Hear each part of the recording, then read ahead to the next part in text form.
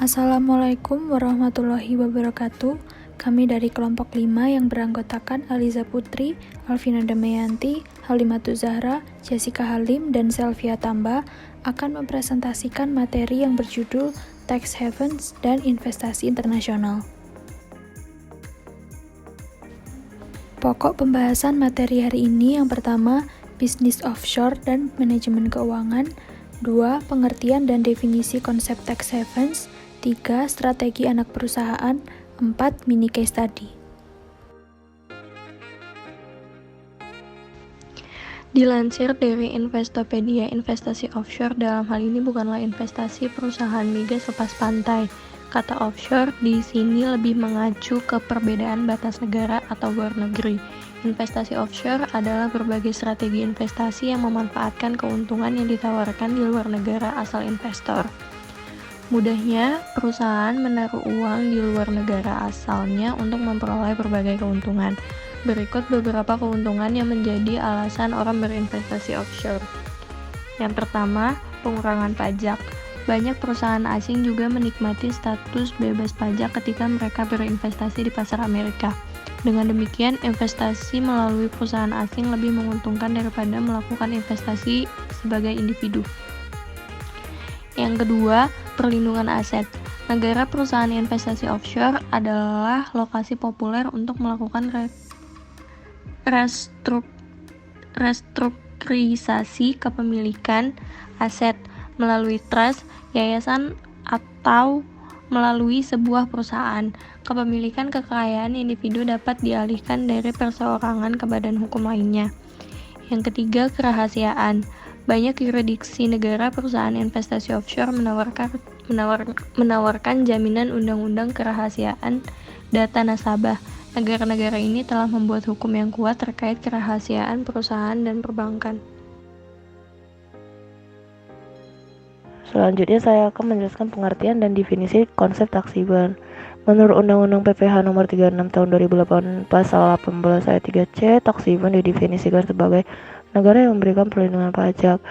Menurut SE Dirjen Pajak Nomor 04/PJ.7/1993, kriteria tax haven adalah A. Negara yang tidak memungut pajak, atau B.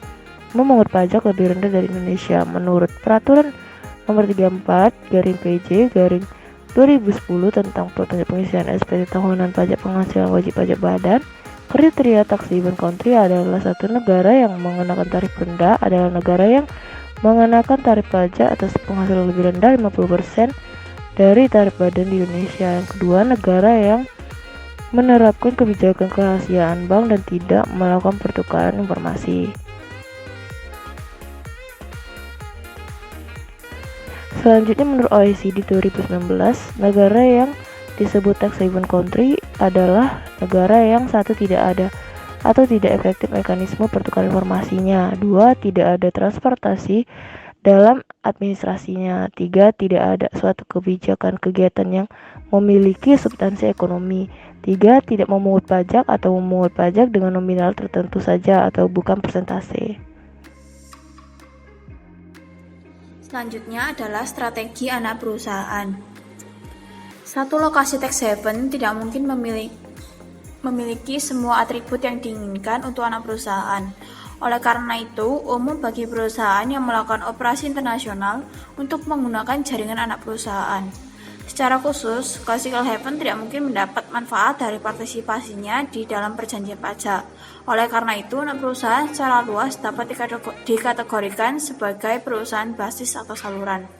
Perusahaan saluran berfokus pada minimalisasi sumber negara pemotongan pajak atas pendapatan investasi. Jadi, perusahaan saluran terletak di negara dengan perjanjian pajak yang relevan yang juga membebaskan atau mengenakan pajak rendah atas penerimaan pasif pendapatan investasi. Pendapatan tersebut kemudian dapat dikirim ke perusahaan basis. Studi AS Gordon dan Tax Haven Karibia Basin menunjukkan bahwa jumlah korporasi yang dibentuk tax haven sangat tidak proporsional dalam kaitannya dengan populasi dan kegiatan ekonomi negara-negara ini. Angka-angka dari penelitian Gordon dikelola ulang dan ditambah dalam laporan OECD menunjukkan arus investasi langsung dan saham di negara-negara tax havens yang keduanya merupakan elemen penting dari total dan sangat tidak proporsional dengan aktivitas ekonomi sebenarnya di negara tax haven. Legitimasi pajak semakin terancam dengan menggunakan perangkat tax haven tampaknya telah jauh melampaui eksploitasi penangguhan pajak oleh TNC. Lokasi kegiatan pelayanan dan keuangan di tax haven rendah dapat menghasilkan secara efektif pengurangan signifikan dalam kewajiban pajak global mereka secara keseluruhan untuk banyak perusahaan. Fitur penting dari studi resmi tahun 1980-an, terutama dilaporkan melalui OECD, adalah upaya untuk memengaruhi fenomena tax haven. Hal ini diperlukan untuk semakin meningkatkan langkah-langkah anti penghindaran dan membawa negara-negara lain untuk saling mempengaruhi. Selanjutnya yaitu analisis kasus Panama Papers. Pada awal Mei 2016, International Consortium of Investigative Journalists, sebuah jaringan global yang mencakup lebih dari 190 jurnalis investigasi yang berbasis di 65 negara, memperoleh akses ke 11,5 juta file yang bocor, salah satu informasi terbesar yang bocor hingga saat itu. Awalnya, sebuah surat kabar Jerman terkemuka memperoleh dokumen-dokumen tersebut dari seorang pengungkap rahasia anonim dan kemudian membagikannya dengan ICIJ untuk mengorganisir upaya global kolaboratif untuk menganalisis dan melaporkan file-file tersebut. Panama Papers mengungkapkan berapa banyak dari orang-orang ini mengeksploitasi yurisdiksi offshore untuk menutupi kesalahan keuangan mereka, termasuk penggelapan pajak, penipuan keuangan, pencucian uang, dan penyuapan. Sejumlah nama pejabat di seluruh dunia dan Indonesia khususnya terungkap dalam dokumen Panama Papers. Nama tersebut salah satunya adalah Buron Kejaksaan Agung yaitu Joko S. Chandra. Mossack Fonseca diduga membantu Joko dalam mengoperasikan perusahaan cangkangnya di British Virgin Island. Inilah bagaimana Joko bisa melakukan aktivitasnya selama dalam pelarian. Menurut kelompok kami, ini menunjukkan bagaimana penggelapan pajak sangat mudah untuk dilakukan, bahkan oleh seorang buron sekalipun. Padahal, pajak yang seandainya para perusahaan-perusahaan tersebut bayarkan akan sangat berpengaruh dalam penerimaan pajak negara.